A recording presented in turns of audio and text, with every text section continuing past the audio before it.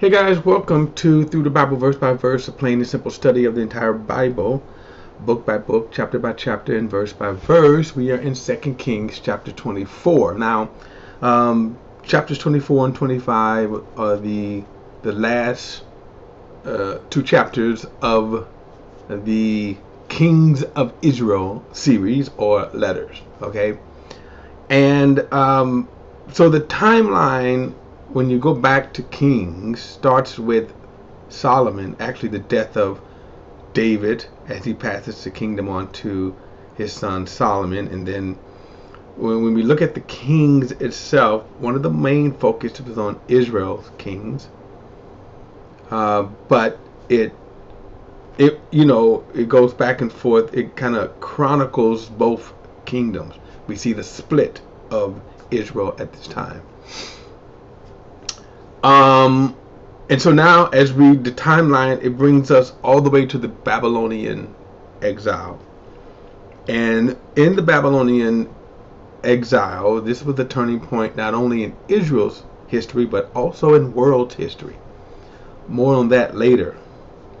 So with Kings, we're at the point now that the doom has come. When we get to the first and second Chronicles, we're going to see more of a spiritual reasons why we come to this place. When we get to the writings of the prophets, we will get even more detailed as to what is going on, what we're about to read. If you remember, when we talked about Hezekiah, let me bring up my chart here. When we talked about Hezekiah, I'm going to do this briefly. So Hezekiah, okay, let's do it. Yeah, so Hezekiah, these were the northern kingdoms here by date. Okay, and you remember Israel fell about 100 years before Israel. So the northern kingdoms, which the capital city was Samaria, had been laying waste now for nearly 100 years. So now we come to, since the time of, where's my king at? Not Hezekiah though. Around Hezekiah though.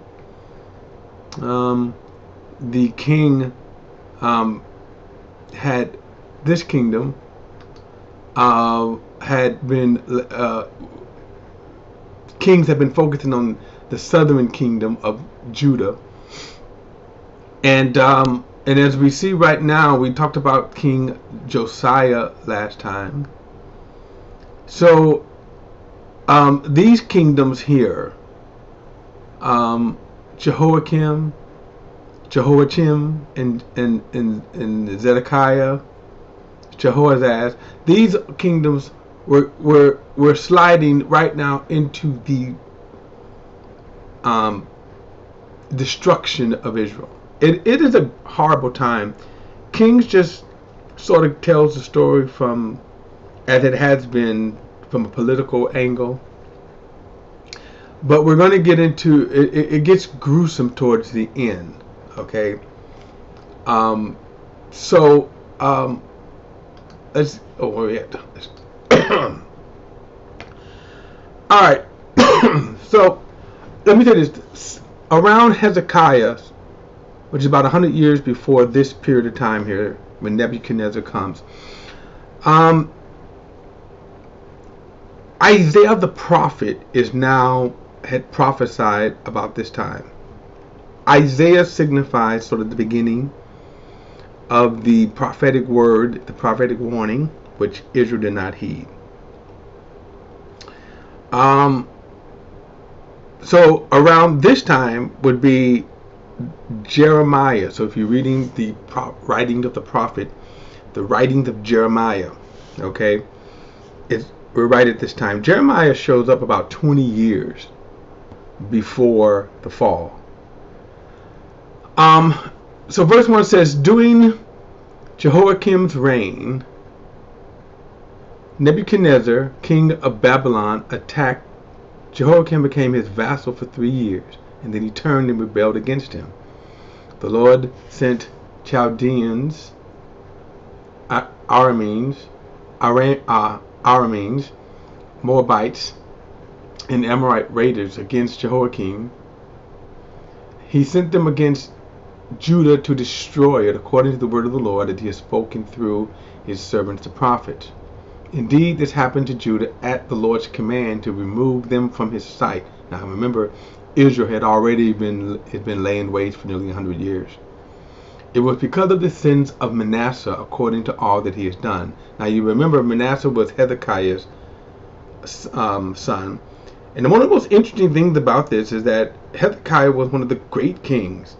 And he did great reforms. He did so much to rid Israel of evil and sin. Manasseh came and actually tripled it. He did worse. And because of that, during this time, the judgment was irrevocable. God said it's going to happen. Verse 4. Even though Josiah came after Manasseh, and Josiah did great reforms, but God said, yes, during your period, Josiah, it'd be good. You would have a good time, but Israel is still doomed. Now we're seeing it happen. Verse 4. And also because of all innocent blood he has shed, and he had filled Jerusalem with innocent blood, and the Lord would not forgive. Quick interesting note here that forgiveness is never old. Mercy is never old. God is merciful. But understand, he doesn't owe us this. Verse 5. The rest of the events of Jehoiakim's reign, along with all of his accomplishments, are written in historical records of Judah's king. Jehoiakim rested with his father, and his son Jehoiachin became king in his place. Now, the king of Egypt did not march out of his land again, for the king of Babylon took everything that belonged to the king of Egypt, from the brook of Egypt to the Euphrates rivers. Now, Nebuchadnezzar would signify a world-dominating kingdom, and basically what you we're seeing here is he not only did he conquer Israel, but he ruled the known world at this time. Jehoiachin was 18 years old when he became king, and he reigned 3 months in Jerusalem. His mother's name was Nehushta,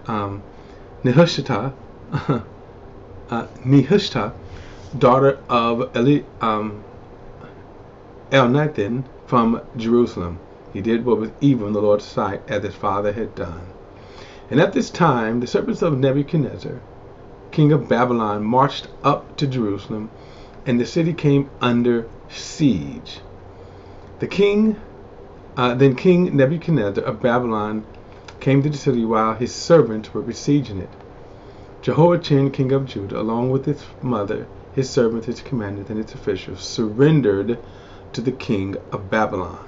So the king of Babylon took him captive in the 8th year of his reign. Now, it should be noted, I want you to note something here. Jehoiachin's surrender is what God had told the Israelites during this time. He said, the invasion is going to happen. Jerusalem destruction is going to happen. You cannot change that. But if you surrender, it will go well with you.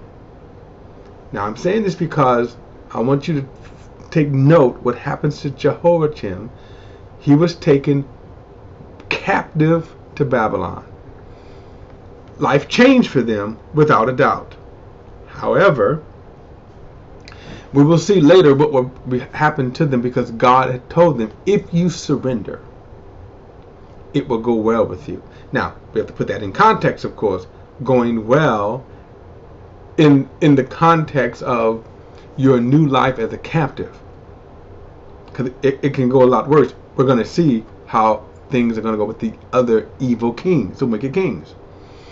So this is an interesting thing here that God said, if you surrender, and he prophesied to them. He told them over and over again, if you surrender, then again, things will go well with you. Verse 13. So he carried off from there all the treasures of the Lord's temple and the treasures of the king's palace, And he cut into pieces all the gold articles that Solomon, king of Israel, had made for the Lord's sanctuary, just as God predicted. Now, again, a complete destruction of the temple, a complete destruction of Jerusalem, a complete destruction of the wall. When God said he was putting them out of his sight, this was exactly what he, it was literal. Verse 14. Then he deported all Jerusalem, and all the commanders, and all of the fighting men, and 10,000 captives, and all the craftsmen and metalsmiths, except for the poorest people of the land, not one remained. In other words, if you were poor, you stayed there. Interesting, because you can kind of probably, the poor were oftentimes ostracized.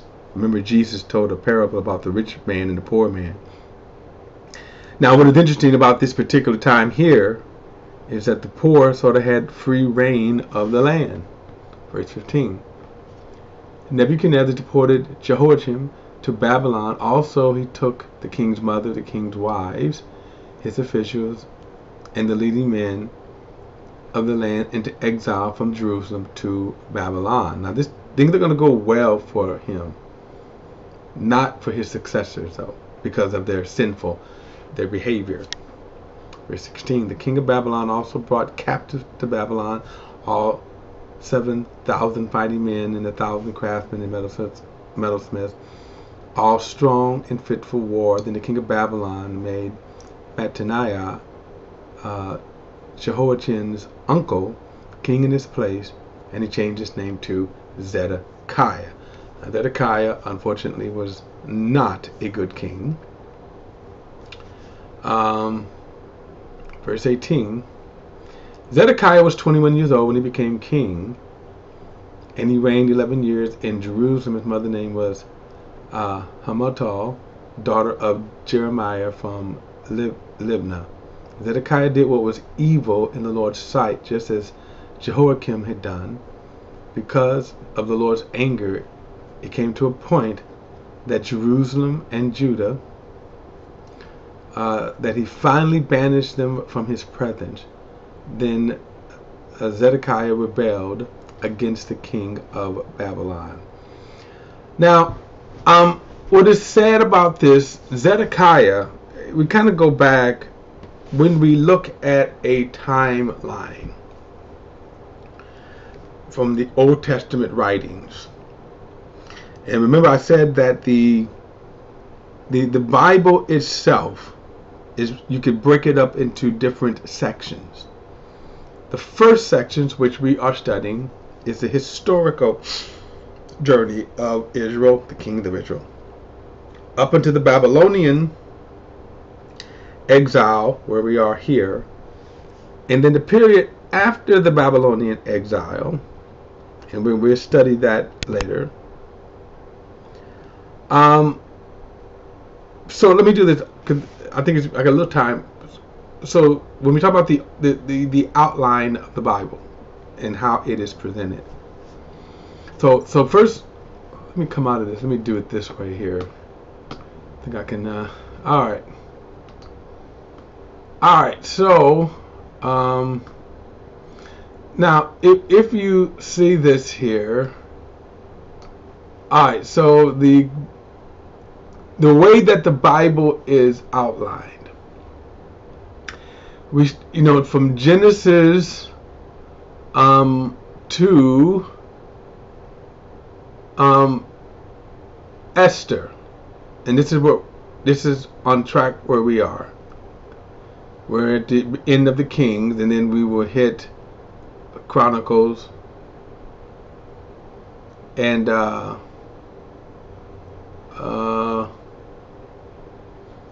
Second Chronicles. I'm sorry.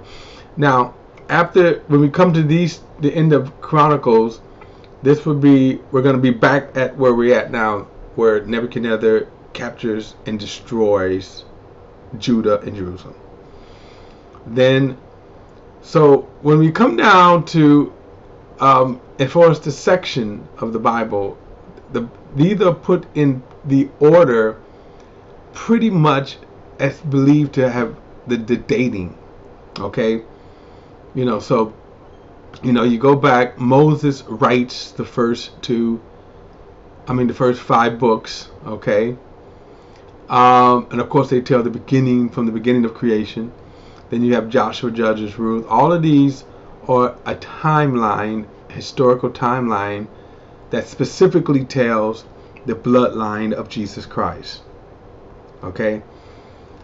But they also tell, at the subplot, Israel's journey. And then we come to the Babylonian invasion. Okay, the next section of the Old Testament, that's what's called the books of literature and poetry. So Job, Psalm, Proverbs, Ecclesiastes, and Songs of Solomon. As it's called here, the Song of Songs. Now, again, they're pretty much the date. When we get to that section, we'll get in more detail. Now, the rest of the Old Testament series, however, is the Old Testament. The writings of the prophets. So they divide this section up, and and we're going to study it different. But Isaiah, and remember I told you it's right around the time of the king of Hezekiah, right? So if we look at the time of Isaiah, the prophet, it's right around, where you at? Here, Hezekiah, okay? Hezekiah. Now, where am